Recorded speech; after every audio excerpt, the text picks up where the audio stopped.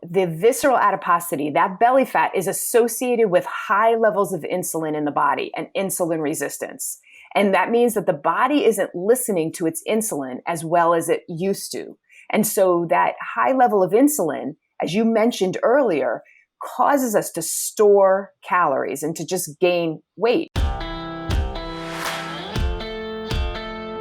Hello, everybody. It's Dr. Mark Hyman. Welcome back to the Doctor's Pharmacy. That's pharmacy with an F. I won't spell it out because I got reprimanded for doing that too many times on the podcast. So it's just Doctor's Pharmacy, a place for conversations that matter. And if you have belly fat, it matters. This conversation will matter because we're all struggling with it.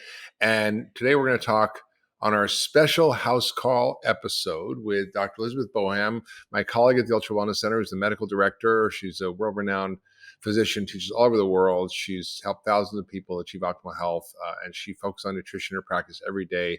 She's an RD, she's an exercise physiology, she's an MD, she's contributes to all sorts of national media and educates physicians all around the world. She's just the bomb. So anyway, welcome, Liz. We're going to talk about belly fat. Thank you, Mark. It's great to be with you and to talk about belly fat. Oh yeah, my favorite topic. I've written all these books on belly fat. It's a problem, right? Well, the thing about it, it's a huge problem. And it's so easy to fix. And it's not through the ab roller or the Time Master, or whatever infomercial tool you can figure out to get your abs right. I mean, you can't get good abs through exercise. I mean, eventually you have to do exercise, but if you just focus on exercise, you won't get it straight. So let's talk about this problem, because for those of you listening, we are in a staggering health crisis, not just COVID, but the whole pandemic of chronic disease that's driven by poor metabolic health and this phenomena of being over fat. You can be overweight, or you can be over fat, or you can be both. We're going to talk about that today and why it's so important to think about for our own health, for our longevity, for preventing disease, and just for feeling good, and actually even just getting our own lives together and managing our appetite and our metabolism and our energy and all the things that affect us. So I'm so excited to talk to you about this. This is my favorite topic. Oh yeah, mine too. And we know that where your fat is in your body makes a huge impact. We used to always worry about pinching an inch, right? When we were growing up, can you pinch an inch? But now we realize that fat that's deep inside the belly, the visceral adiposity, that belly fat deep inside the abdomen, is really concerning in terms of overall health. And like you mentioned, it's a huge issue. It is a huge pandemic. It's, in just the United States, we know that 70% of Americans are overweight or obese, but 86% are over fat, meaning that they have too much fat. And especially, that concerning visceral fat is a real concern. And over half of our kids also are over fat. And so, that's staggering. Half of our children. Half of our children. It's staggering. It's sad. And it's creating so many health problems, from just feeling crummy to tired to causing cancer, increasing our risk of cancer like breast cancer and prostate and colon and lung cancer. Of course, increases our risk of diabetes and cardiovascular disease, increases our risk of Alzheimer's disease and cognitive decline. It increases our risk of stroke and blood clots and high blood pressure and infections. As you were mentioning earlier with COVID, we realized that people with too much fat, people who are over fat, people with too much visceral adiposity have an increased risk of COVID-19. They have they have lower immune systems. They have increased risk of erectile dysfunction and infertility and PCOS and hair loss in the wrong places, and they make it harder to lose weight.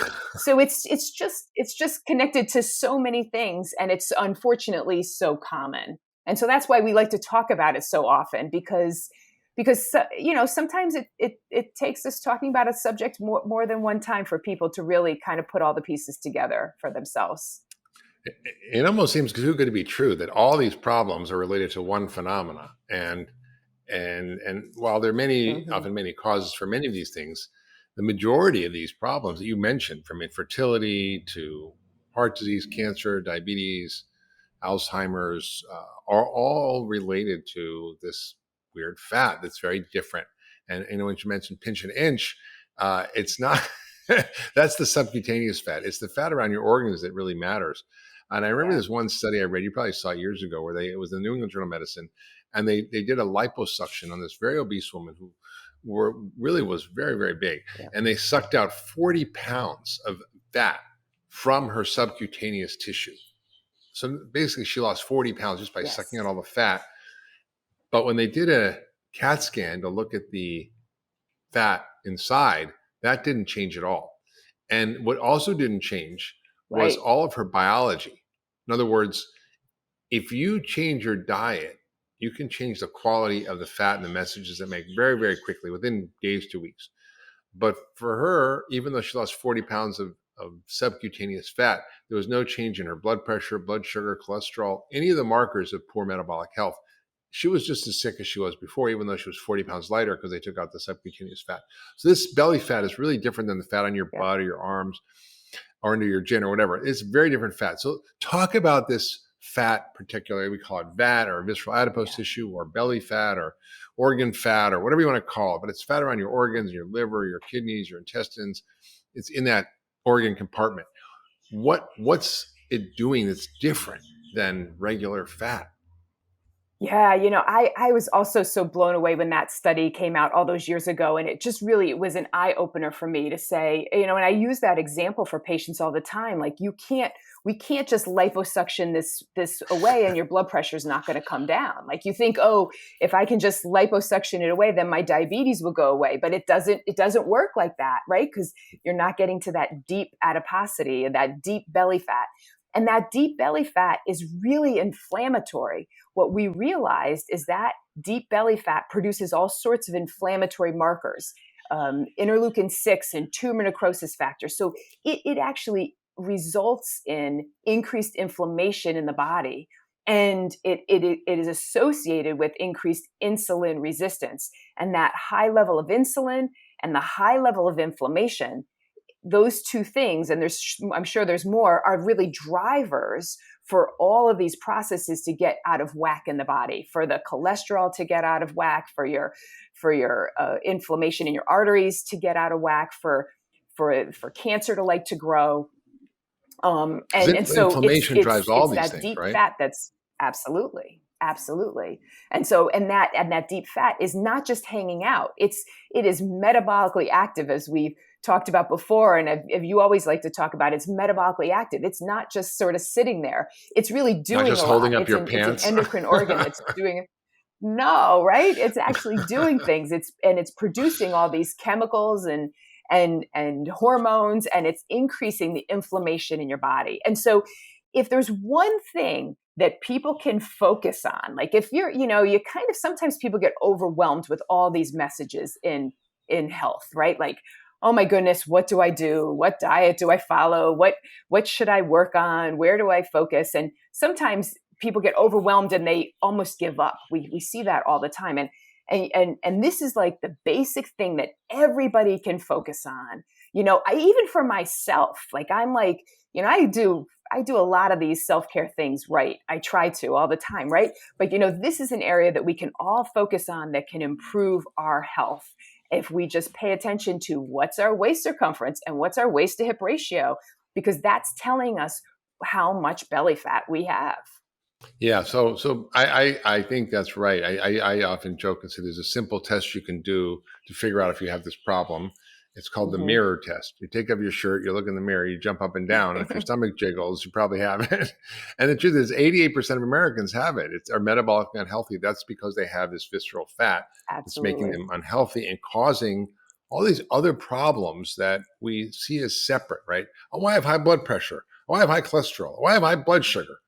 But they're all the same problem. Or I have low sex drive or low testosterone, or I have, pimples and poor periods and sleep apnea and whatever the things are that we're suffering from. We see them as all separate, but they're all connected by this. And with COVID now, the vulnerability of this population with visceral fat is just been highlighted.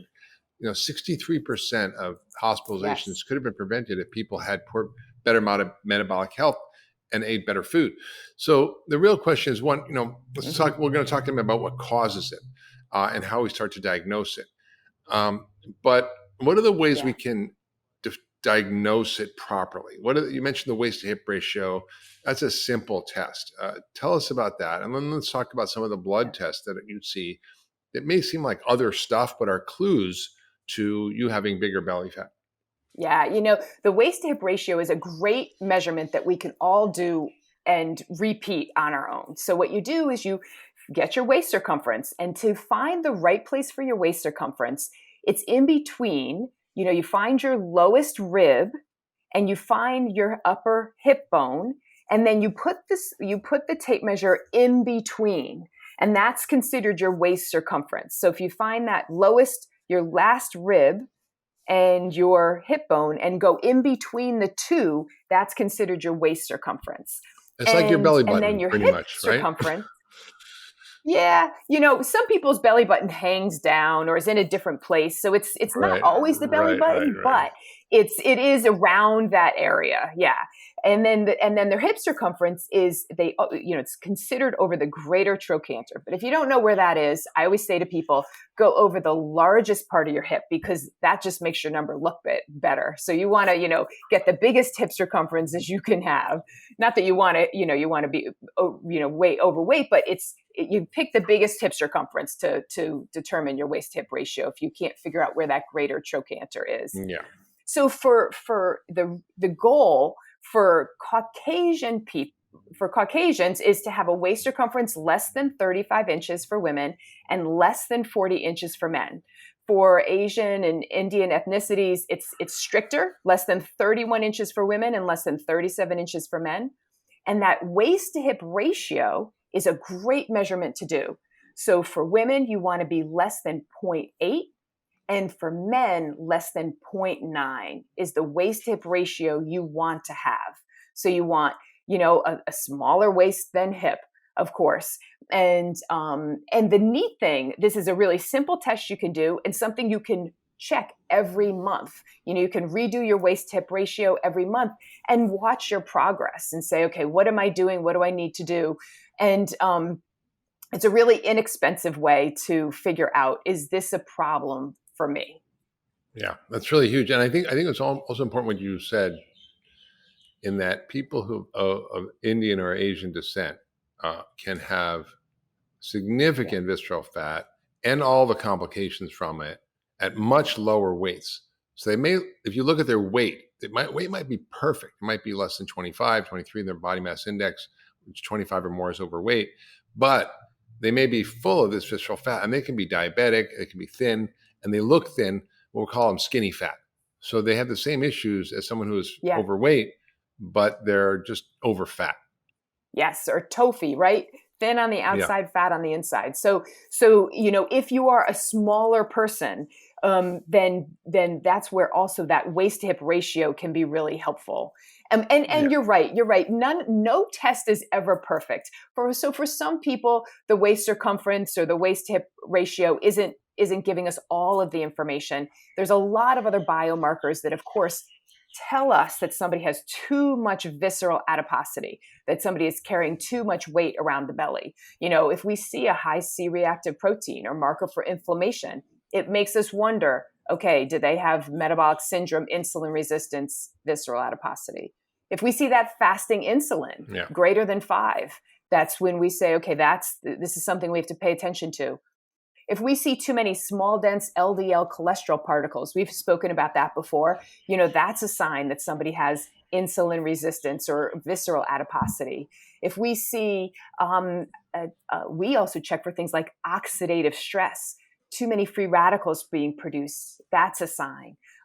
If their liver function tests are high or they have signs of fatty liver, that can also be because of this visceral adiposity. Or gout, high uric acid, that can also be because of this, or that pattern in cholesterol, the high triglycerides, low HDL.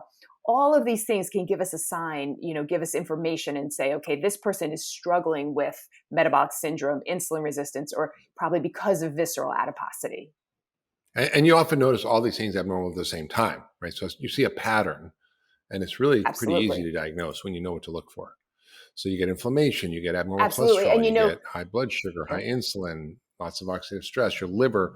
I mean, these are all things that seemingly are treated like separate problems, but they're all connected to this visceral fat.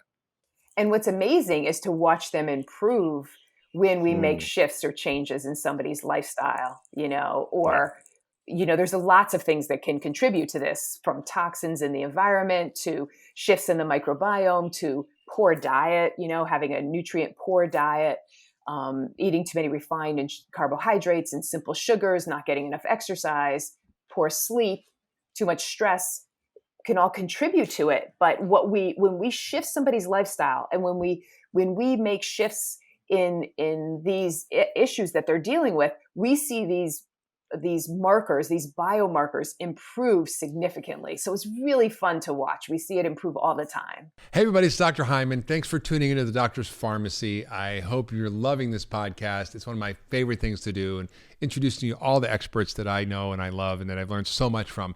And I want to tell you about something else I'm doing, which is called Mark's Picks. It's my weekly newsletter. And in it, I share my favorite stuff, from foods to supplements to gadgets to tools to enhance your health.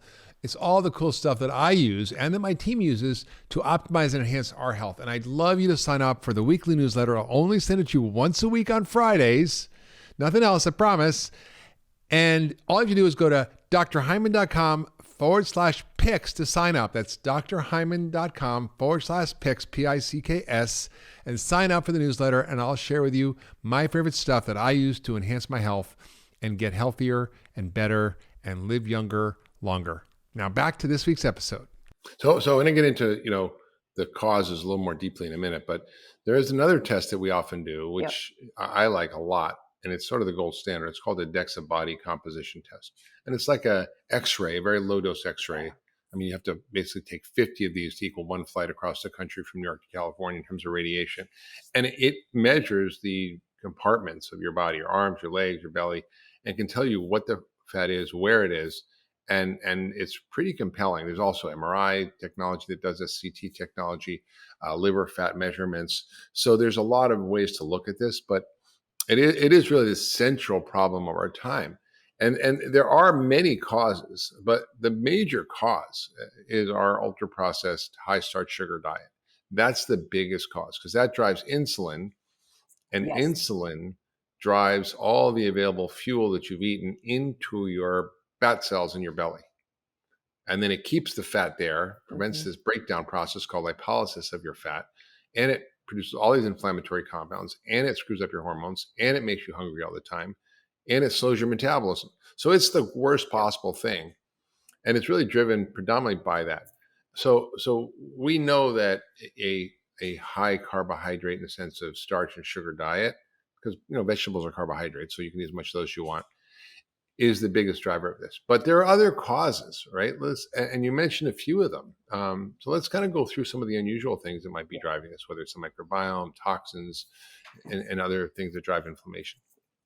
I always, just in the terms of the most common cause, right? I get so concerned when I see, a young child, maybe like 8 or 9, and their parents are buying them a muffin and a sugary coffee drink or sugary, beverage for breakfast. And I'm like, oh no, it's just a setup. It's a setup for them to have problems for their whole life, and I think that it's important that people take care of those basics, like you mentioned. But we always look for, sometimes people are doing, or they feel like they're doing everything right, and there's hidden reasons for why they start to develop visceral adiposity and that belly fat when they're really doing a lot of things correctly. And one of the things that I find that people don't realize is what happens when they start to lose lean muscle mass as they get older. So, we might be exercising a good amount every day, but if we're not working really hard to maintain that good lean muscle mass, what happens after the age of 25 is we slowly lose lean muscle mass. And then it's just so much easier for the body to put on excessive fat. And we know that having good lean muscle mass and exercising really keeps our insulin sensitive. And so that's one thing that slowly catches up with people, and they become more insulin resistant over time. And you mentioned Yeah. toxins. Unfortunately, there's been multiple toxins associated with this visceral adiposity. So wait, From I want to I want to the underscore what you BP. just said. I want to underscore what you just said, Yeah, because you basically said something really important absolutely. around muscle loss when you get older, and muscle loss is really can be thought of as replacing muscle with fat. So you could be the same weight at 65 than you are 25, but be twice Yep. as fat, and that fat in your muscles is not just in your belly, is also this poor metabolic fat. And it leads to this increasing phenomena with all the consequences that we see of disease. So I feel like this is a really important thing that people understand. So exercise, basically strength training, building muscle, and aerobic exercise, even interval training, will help improve metabolic function and help keep this insulin resistance at bay as we age. Because it is something that affects almost everybody as you age, unless you do something actively about it. So let's talk about toxins. You do have to work really hard at it. It's like so easy to maintain. Well, I don't know if it's so easy, but it's so much easier when you're younger to maintain your lean muscle mass. And as you get older, it's really work. And people are like, I do go for a walk every day. And I'm like, it's not enough for you right now. And getting in 2 days a week where you really are working on resistance type exercise, there's so many ways you can do that. That really can make a big difference. So yes, so toxins. BPA is a toxin that's been unfortunately associated with visceral adiposity, fatty liver, metabolic syndrome. And BPA, bisphenol A, is that hard plastic that is pervasive, unfortunately, in our environment, and has been associated with, breast cancer, but it's also been associated with insulin resistance. So I think it's important that we recognize that there are a lot of toxins out there that are impacting our insulin sensitivity and possibly through how it Yeah. damages our mitochondria. And, it's just really, there's more to it sometimes than just our food intake. And we always really have to dig and look for that when we're working with our patients. For sure. We call these things obesogens. They're petrochemical toxins. They're even heavy metals I've seen. Mm-hmm. So we really have to be alert to, if people are not losing weight and they're not successful doing the basics stuff of diet and lifestyle change, what else is there? And there are other things like the microbiome. Yeah. So maybe we can share a little bit about that and what we're learning. Oh, the microbiome, I think, is so fascinating, right? I mean, there's so much information there that we're learning, and there's going to be so much more that we're going to learn over time. And I don't think we have it obviously all figured out, but we know that there's certain bacteria in our digestive system that are associated with less inflammation and a healthier weight. And there's certain bacteria in our digestive system that are associated with more inflammation in the body and having an easier time with weight gain.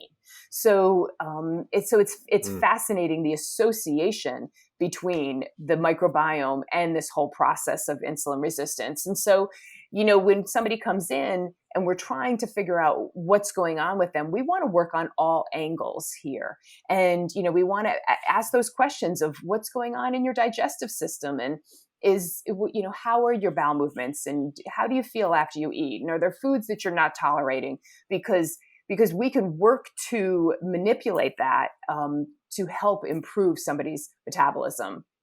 Yeah. And also, anything that causes inflammation, right, could cause weight gain. So people might be having food Absolutely. sensitivities that are causing it, or they're exposed to mold in their environment, or they have latent infections. Yes. Because anytime there's inflammation, it drives insulin resistance independent of the cause. So the biggest cause, just, not to get too down on that rabbit hole of these things, the biggest cause obviously is sugar and starch. Those are the two biggest things that are driving inflammation. But there are a lot of other things that people need to think about that also do it. Now, people listening might be going, okay, yada, yada, yada. Okay, all this great science about belly fat and what it does and why it's bad and how to test for it and, what causes it. But how do I get rid of it is the big question. How do you actually get rid of it? And I think it's so gratifying practicing functional medicine and at the UltraWellness Center where we work. It's so gratifying seeing this, because this is one of those kind of slam dunk, idiot proof things for most people. And it happens so quickly. And it's so striking because people are always struggling with this. I'm like, well, if you understand biology and how the body works and how it functions, which is really the foundation of functional medicine, which is understanding how to work with the body rather than against it, you can drive these biological changes really quickly and really change the quality of the fat dramatically. And the fat, and just give you a quick example, and then we'll go into what to do about it. This is one of my favorite studies that I've read recently, is a study looking at gastric bypass surgery. Basically, they said, well, gastric bypass works because it causes all these, amazing changes in hormones and appetite and blah, blah, blah, blah, blah, blah, blah. So there's all these theories about why it works. Well, somebody decided maybe we should test this theory. So they took a bunch of people who were really overweight and they gave them a gastric bypass on half of them. The other half just ate the diet that the gastric bypass people ate after they had the surgery. And there was no difference.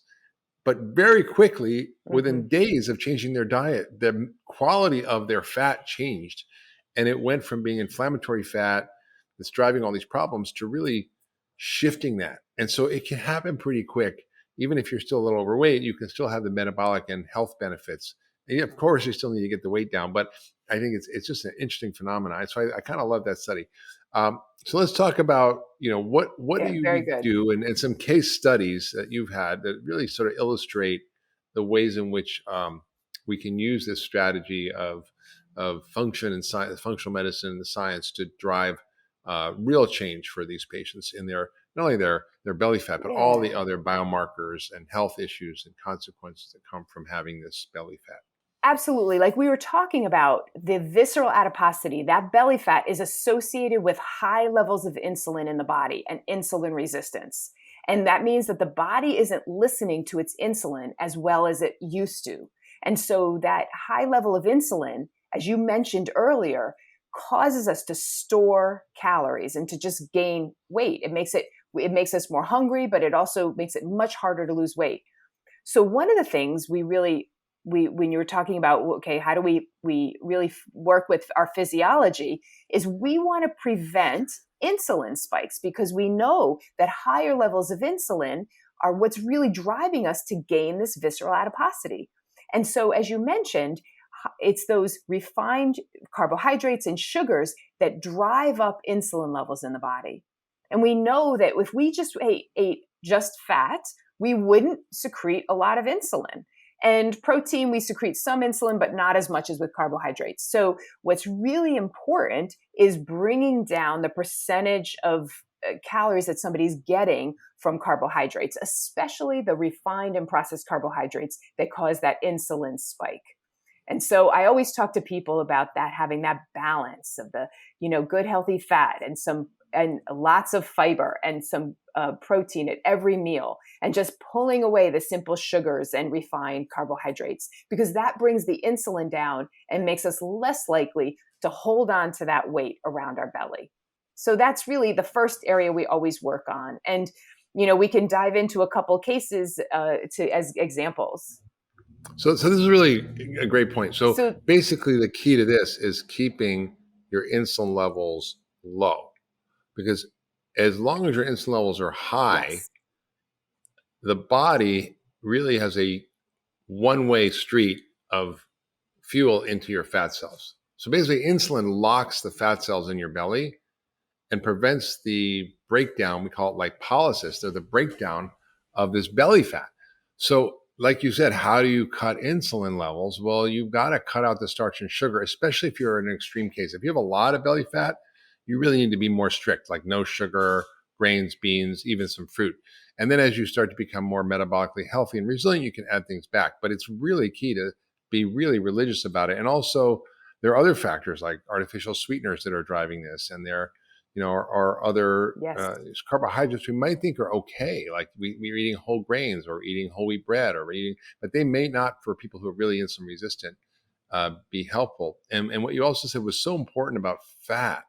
Fat doesn't cause any spike in insulin. And you see this phenomenon. This is just a great story I learned from David Ludwig, who's a professor at Harvard, one of the greatest scientists in this field. And he said, Mark, if you would take a type 1 diabetic, and this is very different than type 2, which is basically from eating sugar and starch. Type 1 diabetics have an autoimmune disease that damages their pancreas. They cannot make insulin.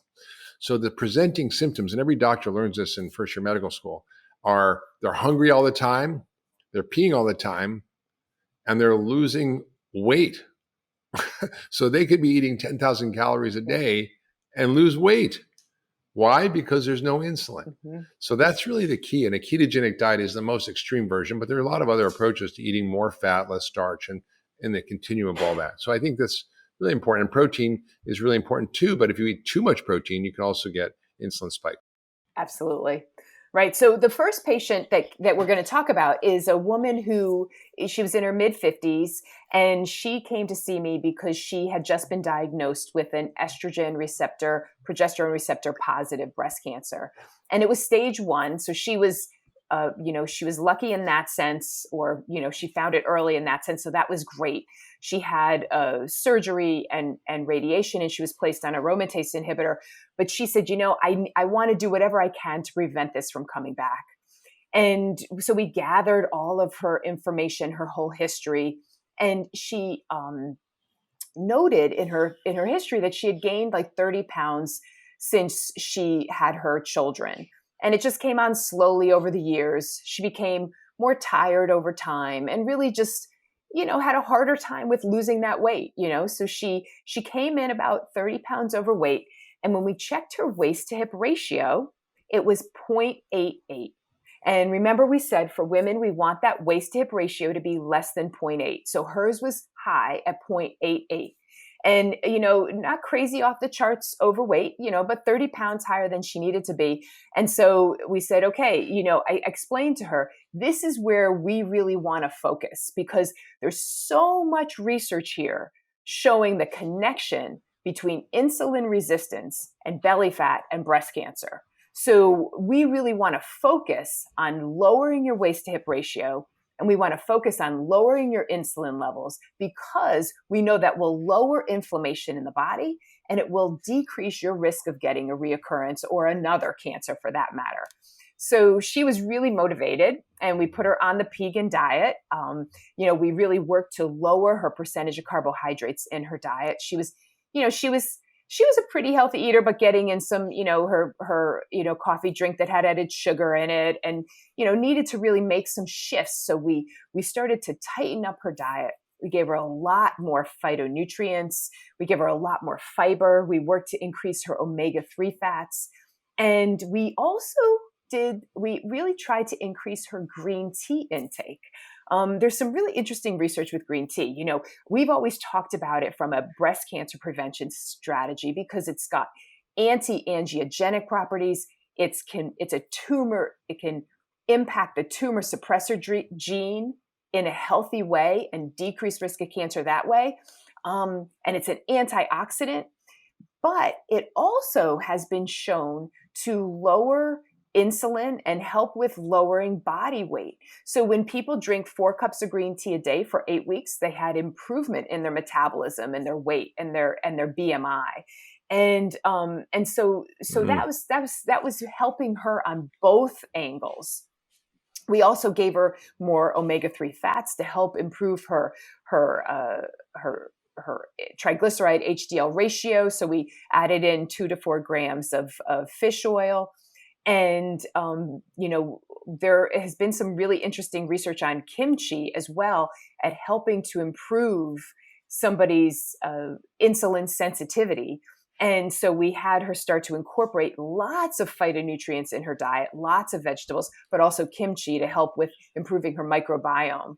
And she did really well. She was able to lower her weight. It took a few months to get the weight down, 6 months or so, but she even got that waist hip ratio to that, to less than or right around 0.8, which we were happy with.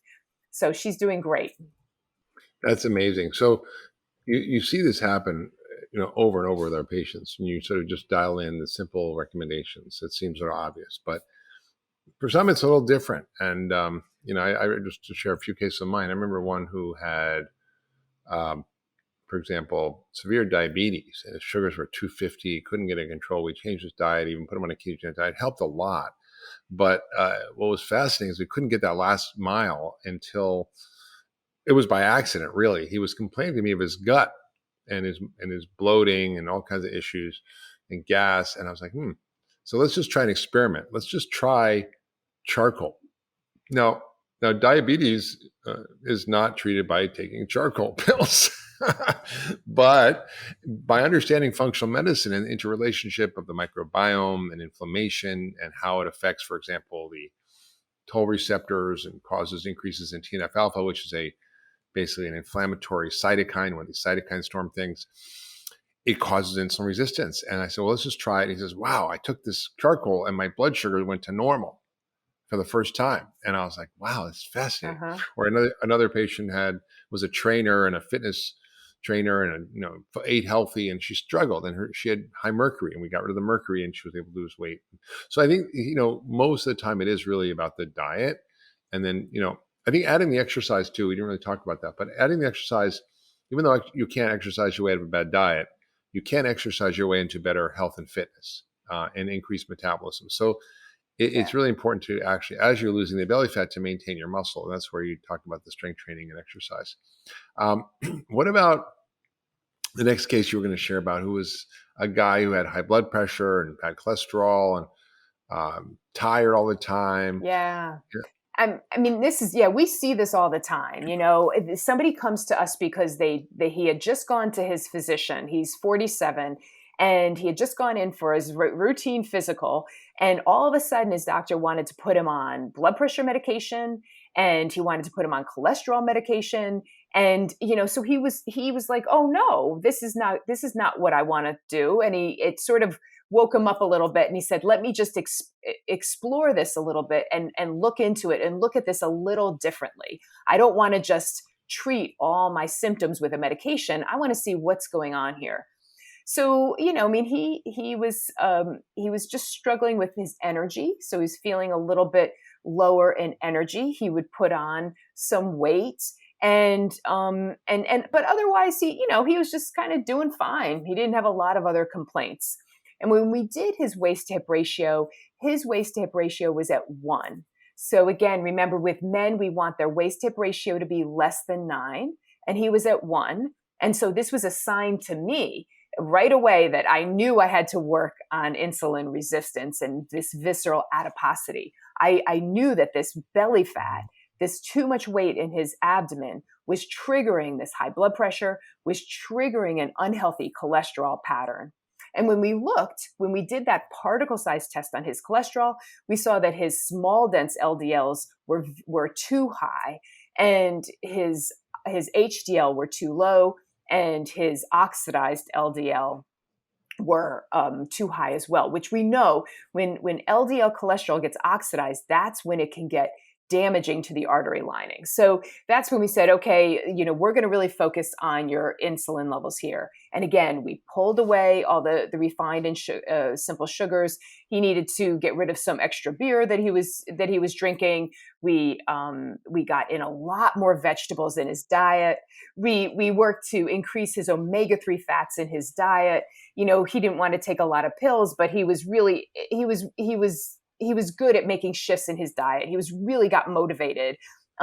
He also got motivated because we talked about how that increase in waist circumference increases erectile dysfunction. And so he said, that's really interesting. I really want to lose this weight around my belly. And so that really got him motivated to get right on the diet and really work to increase his exercise. We had him get some strength training in 3 days a week. He ended up working with a trainer, which was really helpful for him to stay motivated. And he started to add in a little bit more interval training on those other days. But that really helped him. And within 3 months or so, we saw that waist hip ratio come down significantly. And in like 6 months, he was at that 0.9 of waist hip ratio. His blood pressure improved, his cholesterol pattern improved, his energy improved, and he never needed to start medication. And he's doing really well. That's amazing. And then, just so many stories like that. It just kind of reminds me of this patient I had who wasn't a typical. And so sometimes you think, oh, it's typical, but she looked like the Michelin woman, I guess. With total apple, like you just round. You've seen these people, just round and the skinny legs and big belly. And I thought, oh man, her tests are going to be so bad and her blood sugar is going to be high and it's going to be terrible. And what was fascinating, her A1C, which is her average blood sugar, what was fascinating with her, and this is just that it speaks to what really happens to people, is her blood sugar was perfect. In fact, we even did a glucose tolerance test where you look for diabetes, and we gave her the equivalent of 2 Coca-Colas and watched whether her blood sugar went up or not. And it never went up. I mean, her blood sugar was under 100 fasting. It never went up over 110, even after all that. But what was really different, and this is the thing people should listen to, and we're going to put in the show notes the tests that you should think about doing and asking your doctor for. And I've written a lot about it. And in fact, get then there's a great descriptions of actually how to diagnose this. But what she had was very high fasting insulin, like 50, which should be under 5. Yeah. And after she took a sugar drink, it should be under 30. Hers was like 200 or 300. And so her insulin was so high, she couldn't lose weight. And within a very short time, she lost like 50 pounds of belly fat, just like that, by shifting her diet and reducing the inflammation and dealing with this sort of starch and carbohydrate intake that she took. Yeah, it's amazing. It's amazing. It's pretty amazing. And it's really, it's a really gratifying area. And I think, when you look at aging, when you look at fertility, when you look at chronic disease, when you look at productivity, when you look at your brain function, all those things are related to this belly fat. And it's really the sort of the drumbeat that I and we have been sharing for decades at the UltraWellness Center, which is it's really about the quality of the food you eat, the quality of your diet. And it's why I spent so much time writing books like The Blood Sugar Solution, The 10-Day Detox Diet, Eat Fat, Get Thin, Vegan Diet, Food What Next Should Eat, because if we can get this straight, we're going to solve so many of our global issues around health and chronic disease, the economy, and everything else. So it's kind of an exciting moment where I think this is becoming more and more recognized. I literally just got off a call with a senator, really, and his team about how we begin to address this through policy. So I'm kind of optimistic. I'm always a little bit optimistic, no matter what, anyway. But I think I'm more optimistic than ever that we actually have a moment to start to change the tide on this. Yeah. Any last thoughts, Liz, on belly fat before we wrap up our podcast? Yeah. I agree. I agree, Mark. It is really, there's so much we can do, and simple changes in your diet make a huge impact on how easy it is to maintain a good, healthy weight and to prevent this from happening. And, when you make those changes and cut out that extra sugar and cut out those refined carbs, you're also not only having an easier time with maintaining your weight and keeping that weight off your belly, but also preventing all those diseases like we spoke about. So that's so great. Thanks for all the great work you do, Mark. It's really exciting. Yeah. Well, thank you, Liz. And thanks for being on this week's House Call. I love sharing this information with all of you. If you love this mini episode of The Doctor's Pharmacy, share it with your friends and family. Subscribe where you get your podcast, leave a comment. How have you addressed your belly fat? We'd love to hear from you. And also, I've got this new incredible content opportunity, which is called Dr. Hyman Plus.